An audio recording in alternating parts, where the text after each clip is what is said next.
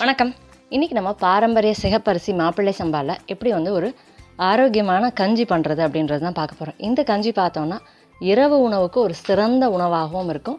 அது மட்டும் இல்லாமல் உடல் பருமனாக இருக்கிறவங்க, உடல் பருமனை குறைக்கணும் அப்படின்னு நினைக்கிறவங்க, நீரிழிவு இருக்கிறவங்க, ஹார்மோன் சார்ந்த பிரச்சனைகள்னு வேறு என்ன மாதிரியான பிரச்சனைகள் இருக்கிறவங்களுக்கும் ஒரு சிறந்த கஞ்சியாகவும் இது இருக்கும். பாரம்பரிய அரிசிகளில் மாப்பிள்ளை சம்பா அரிசி சிறந்த ஒரு அரிசி. அதுலேயும் நோய் எதிர்ப்பு சக்தியை அதிகமாக கொடுக்கக்கூடிய ஒரு அரிசி.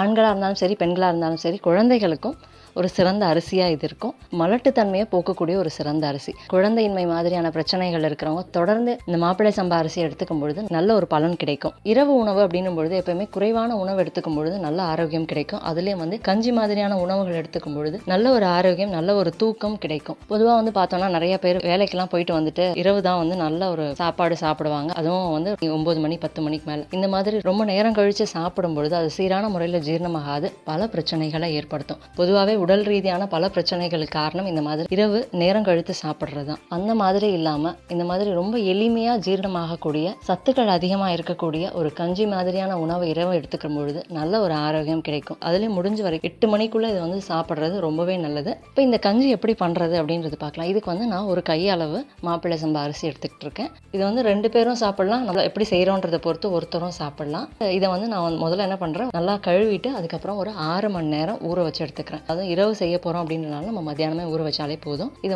மத்தியானம் நம்ம ஊற வச்சதுக்கப்புறம் ஒரு 6 மணி நேரம் கழித்து மிக்சியில் ஒன்றும் பாதியமாக நம்ம உடச்சிக்கலாம். ரொம்ப மாவாகவும் ஆகிடக்கூடாது, ரொம்ப பெருசாகவும் இல்லாமல் ஒரு மாதிரி குருணையாக நம்ம அரைச்சி எடுத்துக்கலாம். தேவைப்பட்டுச்சுன்னா லேசாக தண்ணி மட்டும் விட்டுக்கலாம். நல்லா கொரகரான்னு இருக்க மாதிரி அரைச்சி எடுத்துக்கிட்டோம் அப்படின்னா கஞ்சி சாப்பிட்றதுக்கு நல்லாயிருக்கும். இந்த மாதிரி அரைச்சி எடுத்துக்கிட்டதுக்கு அப்புறமா தேவையான அளவு தண்ணி எடுத்துக்கிறேன். அதாவது ஒரு பங்குக்கு 6 பங்கு தண்ணி எடுத்துக்கணும். 6 பங்கு தண்ணியை நான் ஒரு மண் சட்டியில் சுட வைக்கிறேன். தண்ணி கொஞ்சம் சூடானோன்னா இந்த அரைச்சி வச்சிருக்கிற இந்த மாப்பிள்ளை சம்பா அரிசியும் அதோட சேர்த்துடலாம்.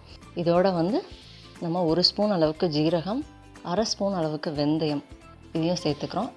பாத்திரம் கொஞ்சம் பெருசாக இருக்க மாதிரி பார்த்துக்கணும். ஏன்னா இது கொதிச்சு வரும்பொழுது பொங்கி வெளியில் வரும். அந்த மாதிரி நேரத்தில் கொஞ்சம் சிறுதியில் வச்சுக்கணும். அதனால் பாத்திரம் கொஞ்சம் பெருசாக வச்சுக்கிறது நல்லது.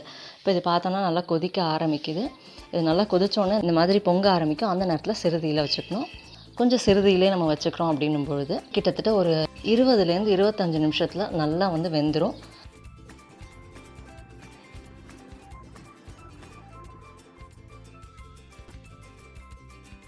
இது இப்போ நல்லா பார்த்தோன்னா ஓரளவுக்கு நல்லா வெந்துருச்சு.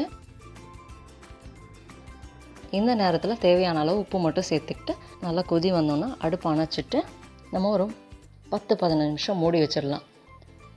ஒரு 15 நிமிஷம் கழித்து எடுத்தோன்னா நமக்கு மாப்பிள்ளை சம்பா கஞ்சி தயாராக இருக்கும். நல்ல ஒரு சுவையான கஞ்சி, ரொம்ப எளிமையாக தயாரிக்கக்கூடியது, அதே மாதிரி ரொம்ப விரைவாகவே வேகக்கூடியது.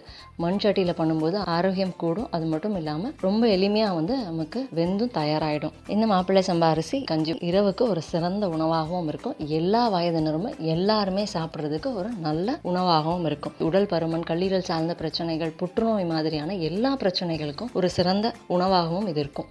இது சாதாரணமாக எல்லாருமே எடுத்துக்கக்கூடிய ஒரு கஞ்சி. அதாவது உடல் பருமனாக இருக்கிறவங்களும் எடுத்துக்கலாம். இதே மாதிரி வயிற்றுப்புண் இருக்கிறவங்க, அது மட்டும் இல்லாமல் நல்ல சுவையான ஒரு கஞ்சி எப்படி பண்ணலாம் அப்படின்றது இன்னொரு வீடியோவில் நம்ம பார்க்கலாம்.